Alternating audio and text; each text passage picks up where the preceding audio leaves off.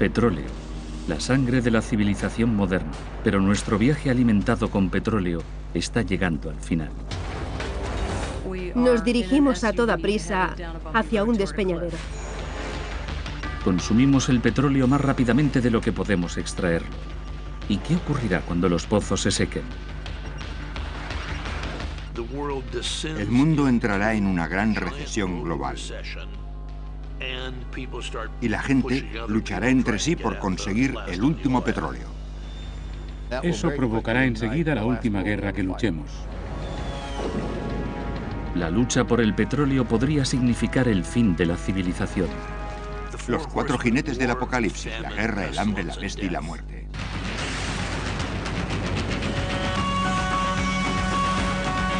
El apocalipsis del petróleo en megadesastres.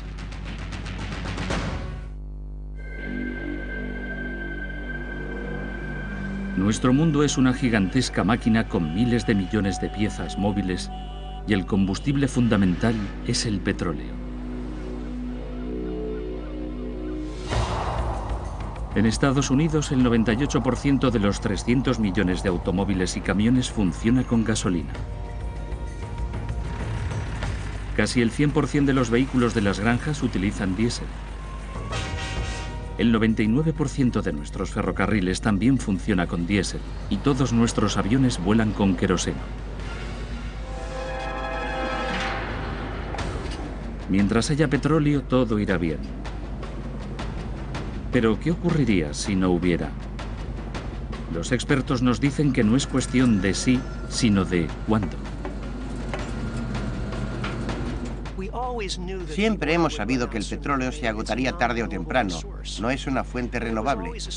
Pero suponíamos que tardaría algunas generaciones a partir de ahora, en vida de nuestros nietos o más tarde, y que a estas alturas ya se nos habría ocurrido algo. Pero estamos a principios del siglo XXI y ya empezamos a ver signos de que hemos llegado al apogeo en la producción de petróleo. ¿Y dónde está el plan B? Dejar de planear es planear la fallida. Y hasta ahora no he visto ningún plan. Un informe emitido en febrero de 2007 por el Departamento de Cuentas del Gobierno norteamericano dice que la producción de petróleo en el mundo alcanzará su máximo apogeo en las próximas décadas. Pero a pesar de este pronóstico, el gobierno federal no ha elaborado ningún plan para evitar las espantosas consecuencias. Cuando las fuentes de petróleo del mundo se agoten, podríamos enfrentarnos al racionamiento, al descontento social e incluso a la guerra. La demanda de petróleo sigue aumentando. En China e India cada vez hay más automóviles. Con la creciente demanda y la disminución de suministros habrá una crisis. La peor perspectiva es una recesión mundial. Una recesión que iría en aumento. Y la obligación de buscar una solución llevaría a los gobiernos a una acción militar.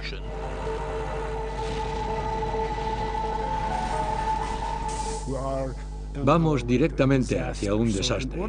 Para evitarlo, lo mejor es que nos preparemos para afrontarlo.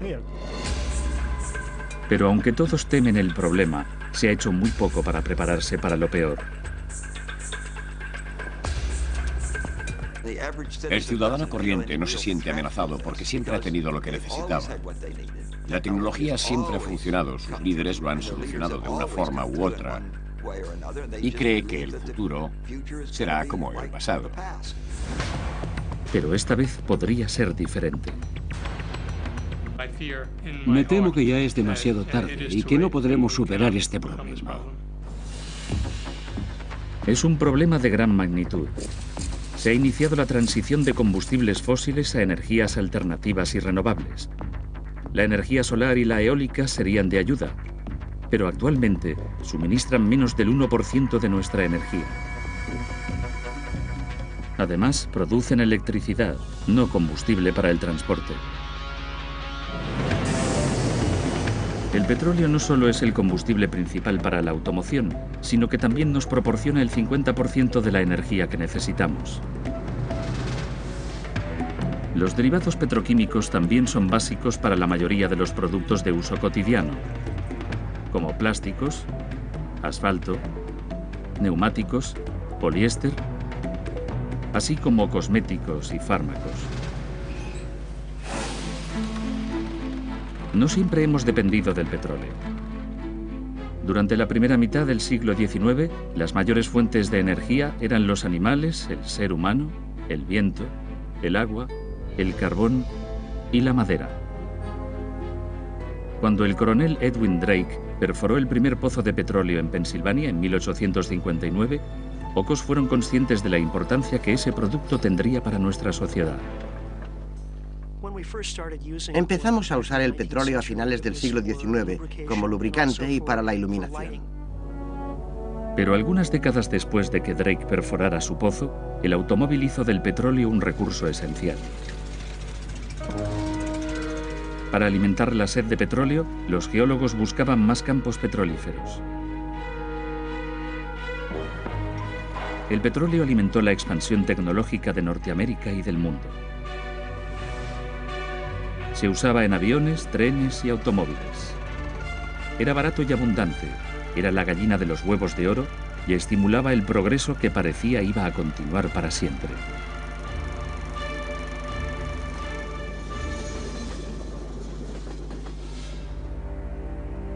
Pero en los años 50 hubo una crisis. El director y geólogo de la Shell Oil, M. King Hoover, llegó a una terrible conclusión. En 1956 hizo una predicción. El dominio de Estados Unidos en el campo del petróleo terminaría en los años 70, cuando ya no pudiéramos extraer más petróleo de los pozos. No fue muy bien aceptada en su tiempo, porque la gente pensaba que el suministro de petróleo aumentaría de forma exponencial para siempre. Y era así, porque durante los años 50 Norteamérica tenía miles de pozos de petróleo productivos, de los que se extraían 10 millones de barriles al día. Y como solo usábamos 7 millones, exportábamos los excedentes. En esa época el mundo consumía diariamente 20 millones de barriles. Y Estados Unidos suministraba la mitad del petróleo. Pero el pronóstico de Hoover fue acertado. En 1970, la producción alcanzó el máximo y empezó a decaer. Desde 1970, Estados Unidos produce menos petróleo cada año. Actualmente produce solamente 8.300.000 barriles al día, pero consume más de 20 millones de barriles. Así que tenemos que importar unos 2/3 del petróleo que utilizamos. Todos los días, Norteamérica compra al extranjero alrededor de 12 millones de barriles de petróleo. Empleamos una enorme cantidad de nuestras riquezas y la transferimos a países productores de petróleo, algunos de los cuales no son amigos. Y no solo Estados Unidos.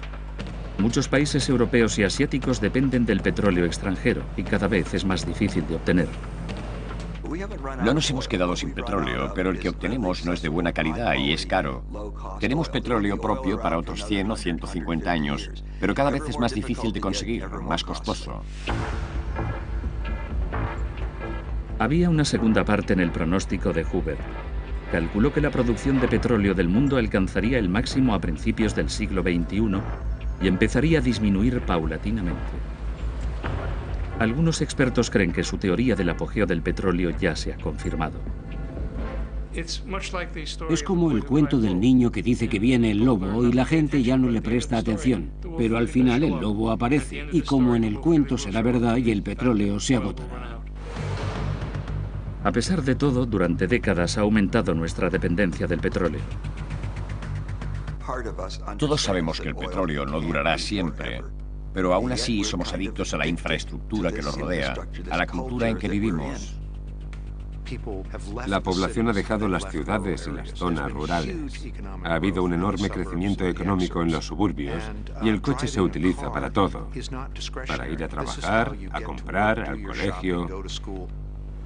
El automóvil forma parte de la vida de la gente y particularmente los grandes todoterreno que son rápidos, cómodos y más seguros. Y ahora que China, India y otros países en vías de desarrollo se industrializan rápidamente, está apareciendo allí una sociedad consumidora de energía.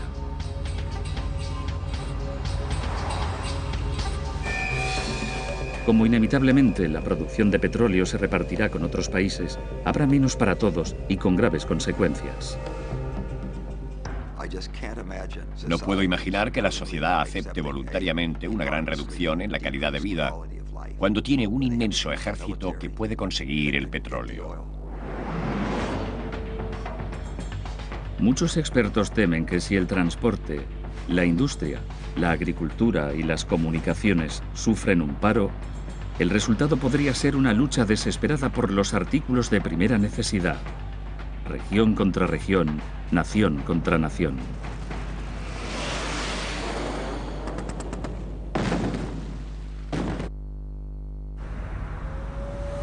¿Realmente el mundo se está quedando sin petróleo? Ya hemos consumido 1 billón de barriles de petróleo desde 1859. Pero los científicos nos están diciendo que pueden quedar 1, 2 o incluso 3 billones de barriles. ¿Deberíamos preocuparnos? Los 3 billones que quedan no durarán tanto como el billón que ya hemos consumido. Porque nuestro porcentaje de consumo se está acelerando. Estamos agotando esas enormes existencias más deprisa que nunca. El máximo apogeo del petróleo es un tema grave del siglo XXI, pero lo supera el calentamiento del planeta, porque ese es un problema en el que nos estamos centrando ahora, porque lo tenemos aquí, lo padecemos ya. Aunque no sabemos la fecha exacta en que acabará el mundo que conocemos, ese día llegará. Por eso, la búsqueda de petróleo es una cuestión de supervivencia.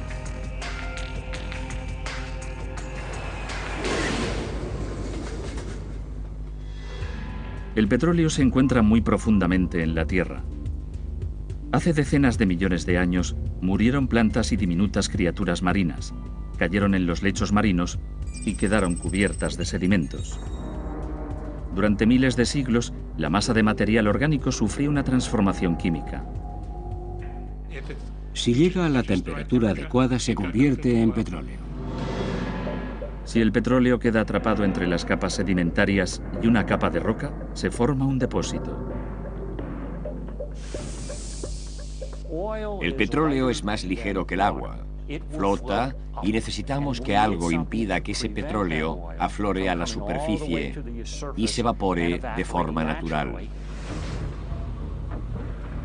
En los primeros tiempos de la explotación petrolífera, los ingenieros perforaban pozos en las zonas donde el petróleo se filtraba y salía fuera de la tierra. Gradualmente, los geólogos fueron entendiendo mejor cómo se había formado el petróleo y, por lo tanto, dónde buscarlo. Y empezaron a aplicar nuevas tecnologías. Durante los años 30, los geofísicos que buscan depósitos de petróleo han utilizado ondas sísmicas para estudiar el terreno bajo la superficie.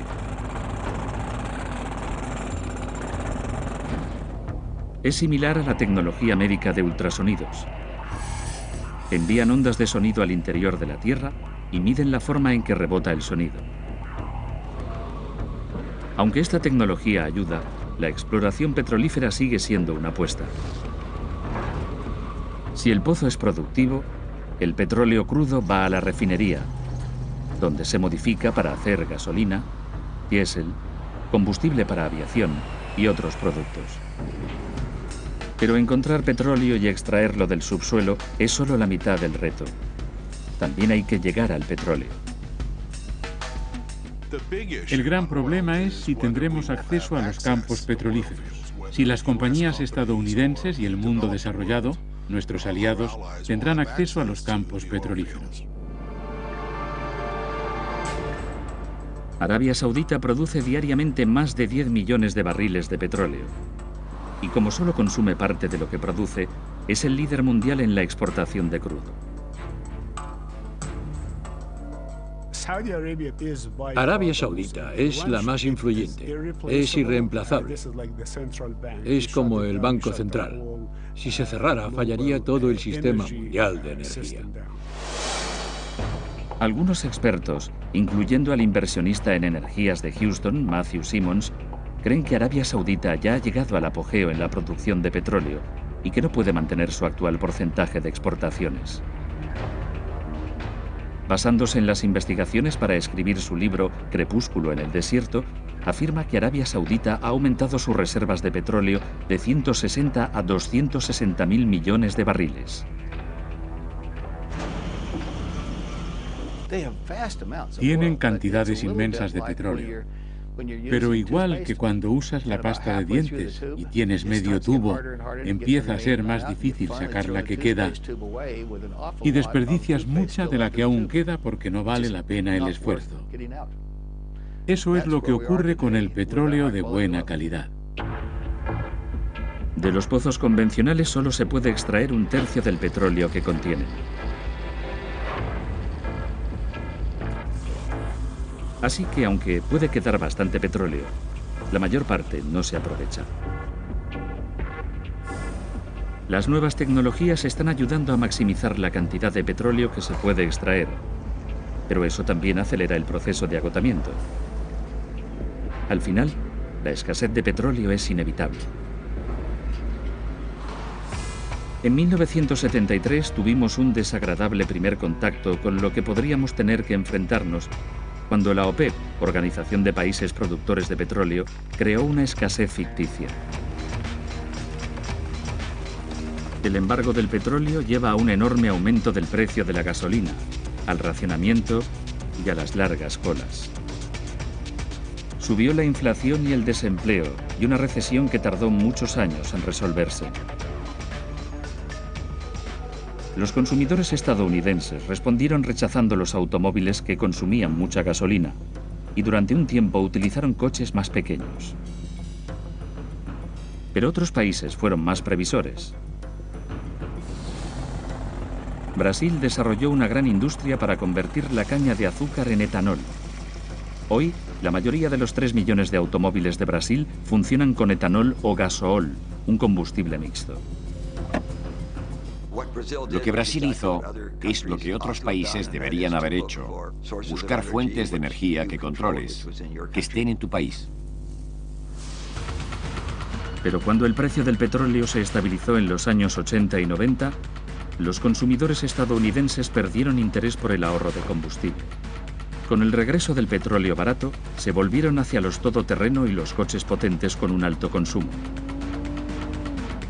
Sin embargo, en los últimos años, el precio del petróleo ha vuelto a subir.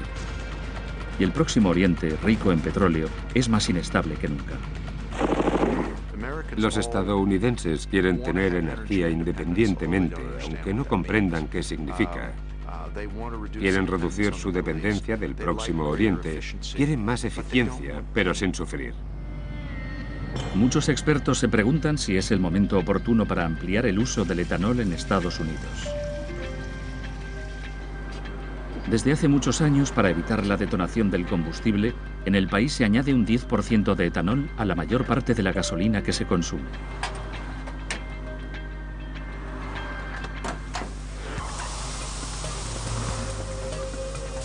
El etanol, que es una versión enriquecida del alcohol, se consigue fermentando cualquier sustancia orgánica como caña de azúcar,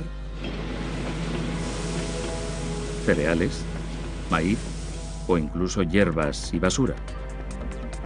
En Estados Unidos la mayor parte se obtiene del maíz. Producir etanol es relativamente fácil, pero tiene algunos inconvenientes. La elaboración no es barata y podría llegar a causar escasez de alimentos. El Laboratorio Nacional de Energías Renovables de Golden, Colorado, está estudiando la forma de hacer etanol más barato como alternativa viable a la gasolina. Nuestros análisis demuestran que el precio del litro, que ahora es de 90 céntimos, podría llegar a los 55 céntimos. Las investigaciones que hacemos en estas instalaciones son para mejorar la fermentación y los otros procesos y reducir en lo posible el coste de producción de ese combustible. Pero como el etanol requiere mucha energía para su obtención y causa contaminación, muchos expertos lo ven como una solución temporal para nuestros problemas de energía. Con la situación actual de las cosas, estamos estudiando el uso del etanol, pero es una mala solución. Es un producto realmente malo, así que hay que borrarlo de la lista. La esperanza es poder desarrollar otras energías alternativas antes de que nuestro mundo se venga abajo.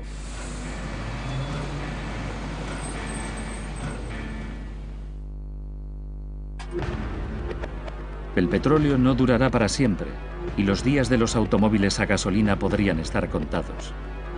Para evitar una catastrófica crisis social, muchos expertos creen que debemos dedicar nuestros esfuerzos a reinventar el automóvil. Tenemos varias opciones, pero la dificultad, el reto que se nos presenta es que hace falta tiempo para hacer la transición.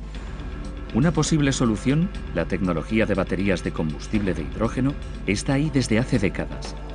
Se ha utilizado para suministrar energía a nuestras naves espaciales, incluyendo el transbordador espacial. Parece ser una alternativa ideal, una energía poderosa, renovable y limpia, sin emisiones de gases perniciosos. Muchas empresas automovilísticas están investigando las baterías de hidrógeno y dicen que tendremos coches comerciales movidos por hidrógeno en las próximas décadas. En el Laboratorio de Energías Renovables de Colorado, los científicos están ayudando a desarrollar esta nueva tecnología. Este modelo demuestra cómo funciona.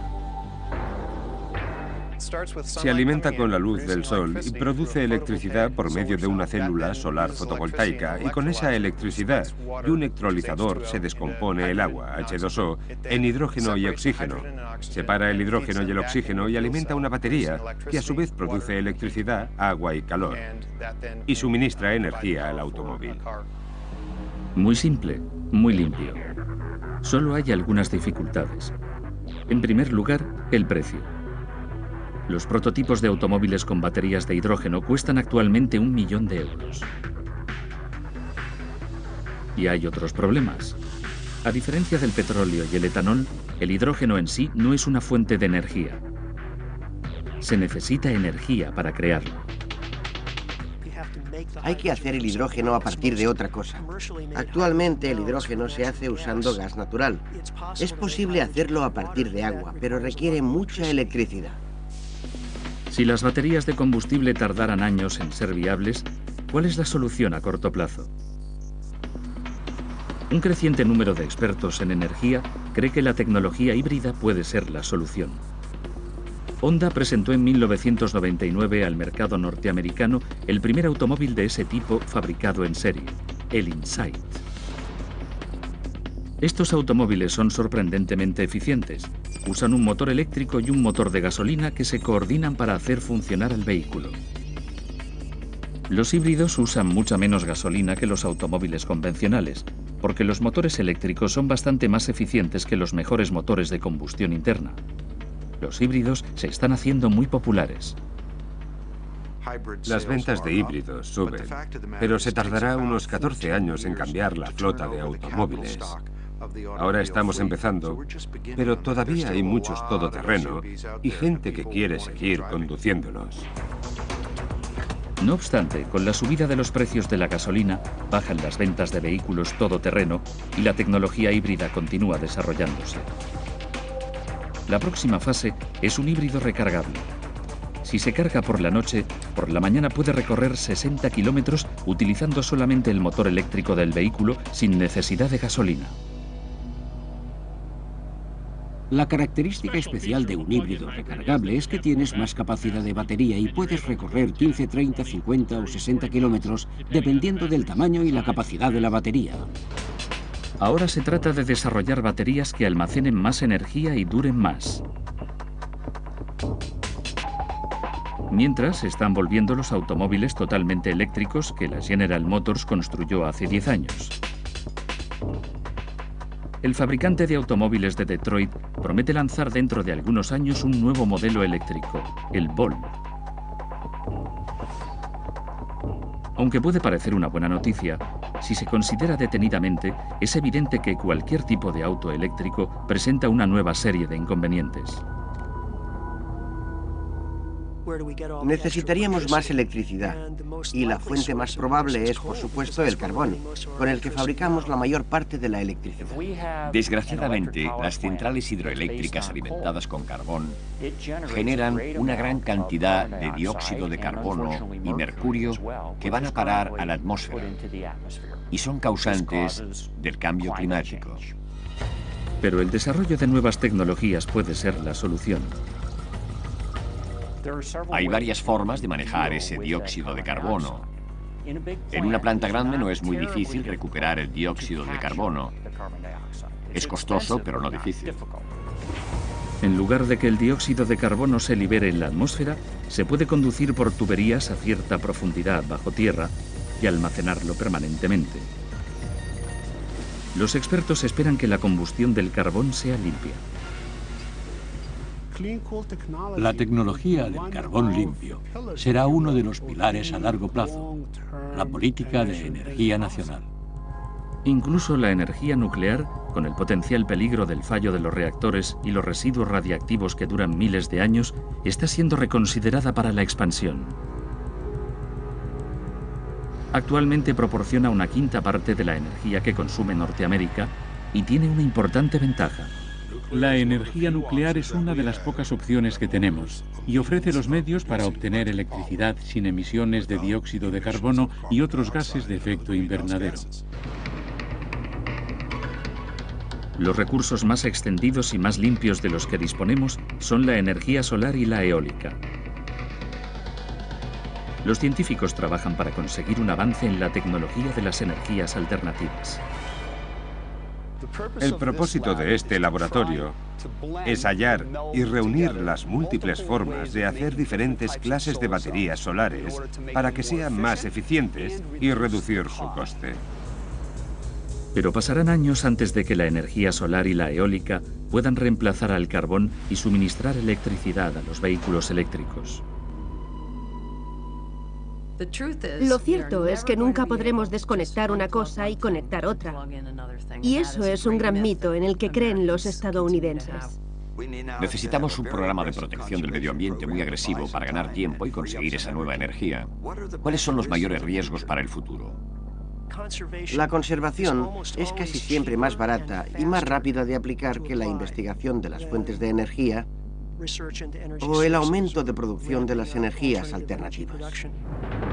Pero la conservación de energía requeriría un cambio drástico del estilo de vida dependiente del petróleo y otros combustibles fósiles. Vivimos como dioses. La energía que usamos nos permite una increíble calidad de vida y, por supuesto, el mayor reto es ¿qué podemos hacer para mantener la calidad de vida que tenemos ahora? Irónicamente, el alto precio de la gasolina puede estar ayudando a motivar la protección del medio ambiente y la innovación. Si los precios son altos, las empresas, los gobiernos y la gente estarán más motivados para invertir en la búsqueda de fuentes de energía. De hecho, el alto precio del petróleo es uno de los factores más importantes para conseguir que esas tecnologías alternativas entren en el mercado más rápidamente. ¿Cuál es la mejor solución? No hay una mejor solución. Es una selección de soluciones, una combinación. Se puede hacer una transición cómoda ahora o una transición difícil después. Es factible. Se puede mantener un buen estilo de vida. Ya no podremos seguir conduciendo esos grandes todoterreno. Pero eso llegará tarde o temprano. Por el momento, el automóvil movido por gasolina es una bestia con un apetito ilimitado. Para continuar alimentándolo, las compañías petroleras tendrán que hacer todo lo posible por encontrar nuevas fuentes de suministro. Si lo consiguen, ganaremos tiempo para desarrollar las energías alternativas antes de que sea demasiado tarde.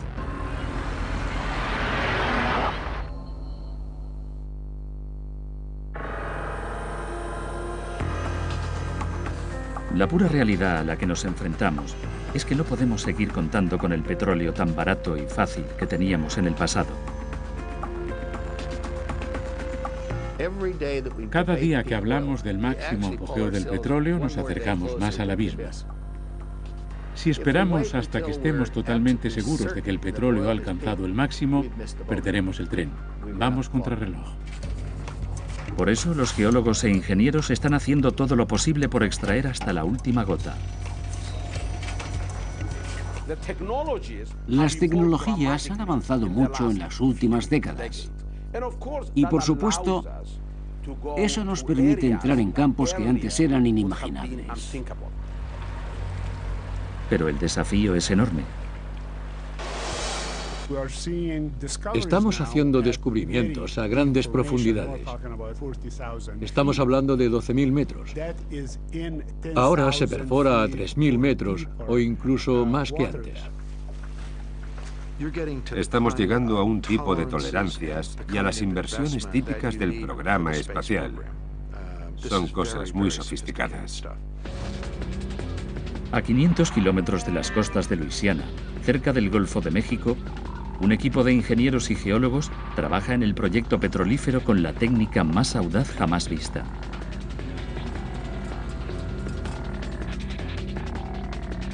Devon Energy, una compañía de exploración y desarrollo de combustibles fósiles, está usando una avanzada técnica científica para perforar en aguas profundas. El objetivo es extraer el petróleo que está a 8.000 metros bajo el lecho oceánico. Encontrar y explotar las reservas es fundamental para Estados Unidos. Queremos ser cada vez menos dependientes del petróleo y el gas extranjero. Todavía tenemos muchas aguas profundas y horizontes inexplorados dentro de las fronteras de Estados Unidos, y las aguas profundas del Golfo de México son una de las más interesantes. La exploración de cada pozo cuesta 100 millones de euros. El proceso es enormemente difícil, costoso y peligroso, y los riesgos nunca han sido tan altos.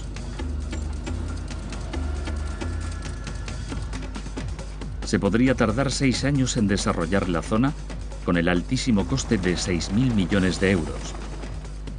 Pero los ingenieros y sismólogos de la compañía creen que puede haber bolsas de petróleo que contengan no menos de 15.000 millones de barriles. Otras zonas de gran interés son las arenas petrolíferas, también conocidas como arenas de alquitrán, una mezcla de arena o aguas lodosas y petróleo crudo muy pesado. Hay vastas extensiones de arenas petrolíferas en Alberta, Canadá. Los ingenieros no perforan para conseguir ese petróleo, lo extraen. Es un proyecto de megaminería a cielo abierto. Las arenas se procesan, se extrae el petróleo de ellas y se vuelven a depositar en el mismo lugar. Debido en parte a la extracción de arenas petrolíferas, Canadá ha aumentado la producción en los últimos años.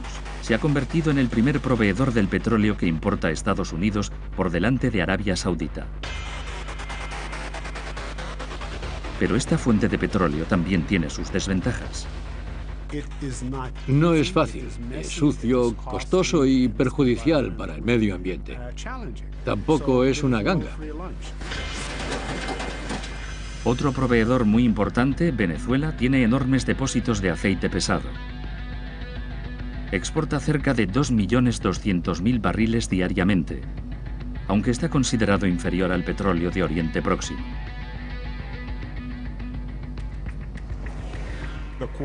La calidad de ese petróleo lo hace menos atractivo por la necesidad de un refinado más intenso y el uso al que puede destinarse. La reserva del aceite pesado de Venezuela podría ser de cientos de miles de millones de barriles.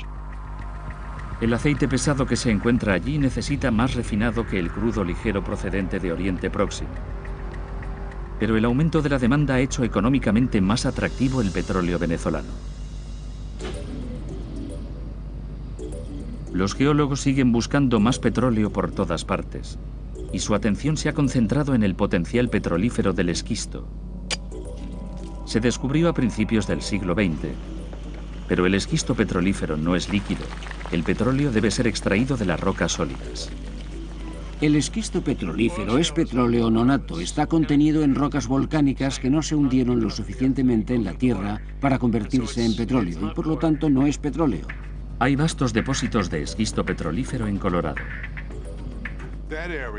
En esa zona hay más petróleo en forma de esquisto petrolífero que en todos los depósitos de Arabia Saudita. A diferencia del petróleo corriente, el esquisto petrolífero se refina en el lugar.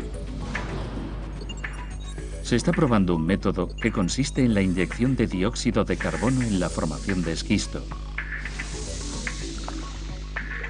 Y se bombea cuando se convierte en petróleo líquido. Pero otra vez hay problemas. Es muy perjudicial para el medio ambiente, tiene un alto coste y se necesita más energía para extraerlo que la energía que produce. Está por ver si el esquisto petrolífero llega a ser una fuente importante. Otra posible fuente de petróleo es el carbón. Durante la Segunda Guerra Mundial, los nazis, desesperados por obtener combustible para su maquinaria de guerra, desarrollaron esta tecnología. Los alemanes hicieron volar su fuerza aérea durante la Segunda Guerra Mundial con combustible obtenido del carbón. Y esa tecnología no es ningún misterio.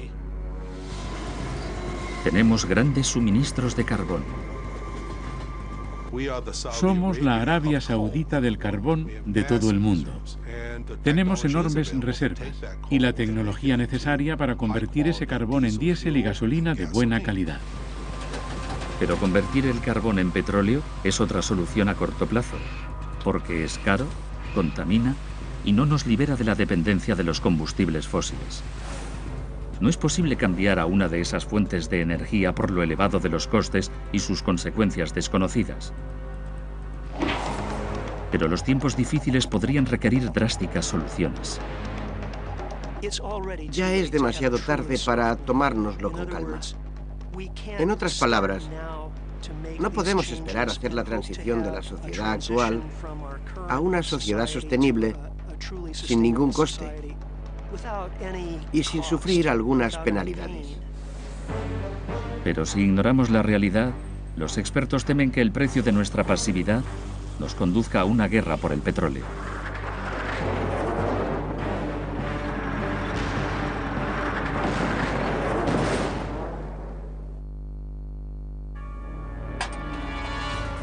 Si la demanda de petróleo continúa y se acaba el suministro, el efecto dominó puede llevarnos a un punto sin retorno. Y nos lanzaríamos de cabeza a un caos social y económico, o aún peor. No hay un plan B viable, y la alternativa al plan B es el plan C, una recesión mundial peor que la Gran Depresión de 1930, los 4 jinetes del apocalipsis, la guerra, el hambre, la peste y la muerte. Según los estudios de un creciente grupo de expertos en energía, lo siguiente podría ser nuestro destino en un futuro cercano. En el año 2012, una clase media de propietarios de automóvil ávidos de energía ha seguido prosperando en China, India y otros países en vías de desarrollo. La demanda de petróleo en el mundo ha pasado de 84 millones de barriles diarios a 100 millones. Los productores y las refinerías no pueden aguantar el ritmo. Eso tiene una repercusión. Las naciones empiezan a maniobrar para posicionarse cuando el petróleo se hace más escaso. Con la escasez de petróleo, un desastre natural o creado por el hombre podría provocar lo inimaginable. Mi mayor temor, y debería ser el de todos, es que ocurriera algo similar a lo del 11 de septiembre y tuviera lugar en Arabia Saudita. La instalación saudí de Ras Tanura es la mayor terminal del Golfo Pérsico. Recibe y transporta 10 millones de barriles de petróleo cada día. Si Ras Tanura u otra terminal importante fueran atacadas por terroristas, los resultados serían catastróficos.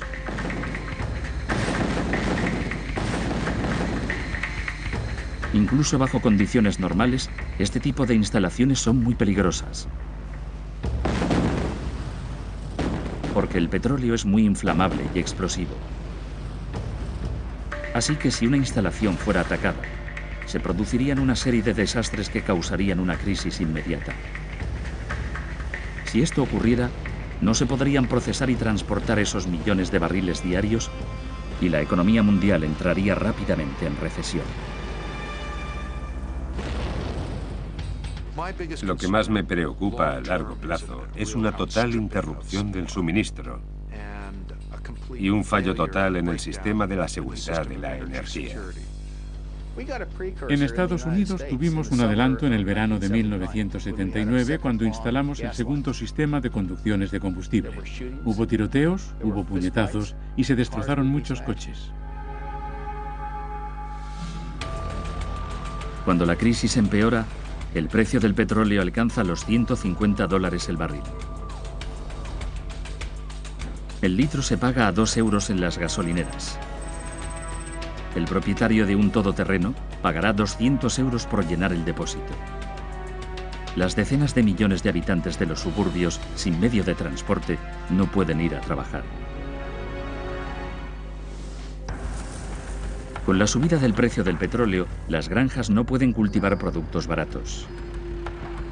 Los gastos de transporte, dependientes del precio del combustible, se disparan. Eso aumentaría el precio de los alimentos. Y si tenemos la combinación de una rápida subida del coste de la energía y de la comida, la recesión económica generalizada es segura. Ese primer invierno hay escasez y subidas de los precios del petróleo para calefacción y uso doméstico. Para resistir, muchos vuelven a usar leña como combustible. Los cielos se vuelven grises y las personas que no consigan combustible no sobrevivirán.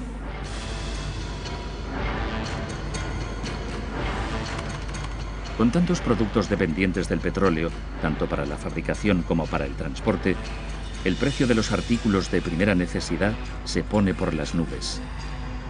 Aumenta el hambre, las enfermedades y la delincuencia.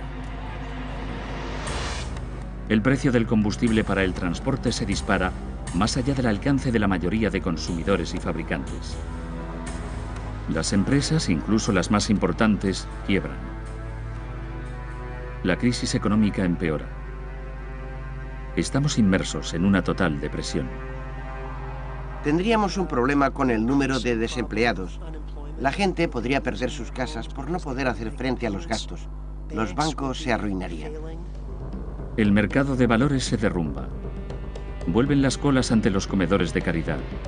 Millones de personas se quedan sin hogar. La inflación es tan alta que el dinero apenas tiene valor. El gobierno tendría que realojar a la gente que no tuviera casa ni trabajo. Y habría tumultos y malestar en las calles. Con la caída de la economía prospera el mercado negro. Se forman bandas para proteger a los comerciantes.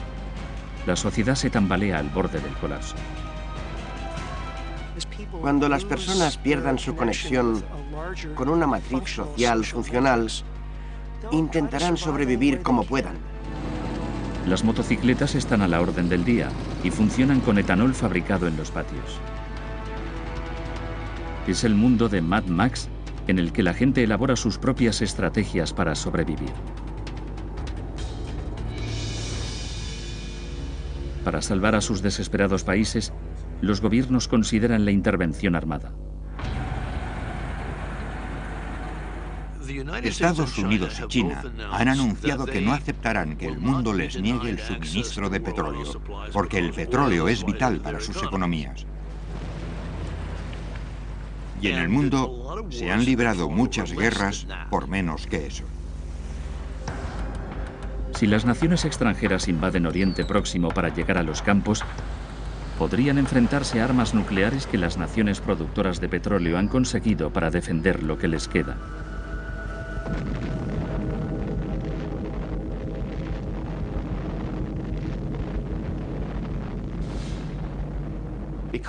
Como ese es el aspecto más importante de la economía, será algo por lo que lucharemos. Será una solución rápida. La sociedad desaparecerá.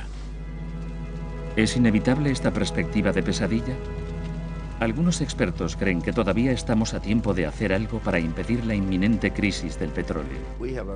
Tenemos un pequeño espacio de tal vez 5 o 7 años para evitar la caída de la sociedad y elaborar un gran plan B que se ocupe de la coordinación mundial. Yo creo firmemente que cada individuo puede hacer cambiar las cosas y que la protección del medio ambiente es por lo menos la mitad de la ecuación en el futuro. Tenemos que madurar y darnos cuenta de que es un reto, de que tenemos que hacer cambios y sacrificios, porque eso es mejor que la guerra. Cualquier sacrificio que hagamos y los inconvenientes que tengamos que sufrir son mejor que la pérdida de vidas humanas. Mucho mejor.